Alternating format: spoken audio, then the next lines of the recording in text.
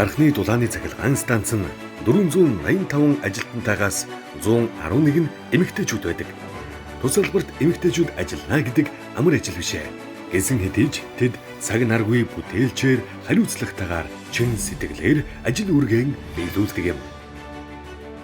Дархны дулааны цахилгаан станц төрийн өмчит хувьцаат компани 44 мегаваттын цахилгаан энергийг үйл дүрдэн түгээж байна.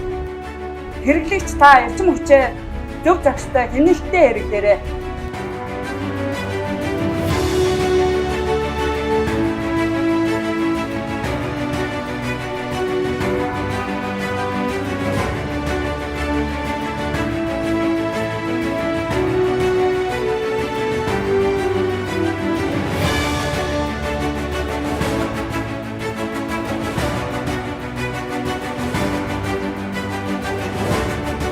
Гадны гарын температуртаа уялдуулан дулааны эрчим хүчийг тасалбартай найдвартай үйлдвэрлэж байна.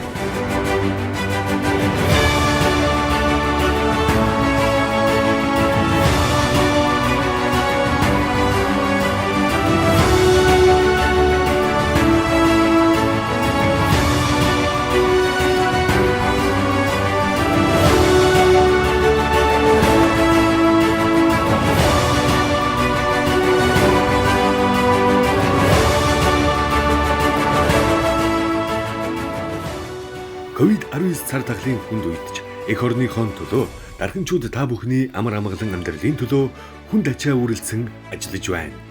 Цахилгааны өсөн нэмэгдэж буй ачааллыг хэвийн горимт нь ажилуулахын тулд эргэн бүр цахилгаан эрчим хүчээ хэмнэе. Дархны дулааны цахилгаан станц төрийн өмчит хувьцаат компани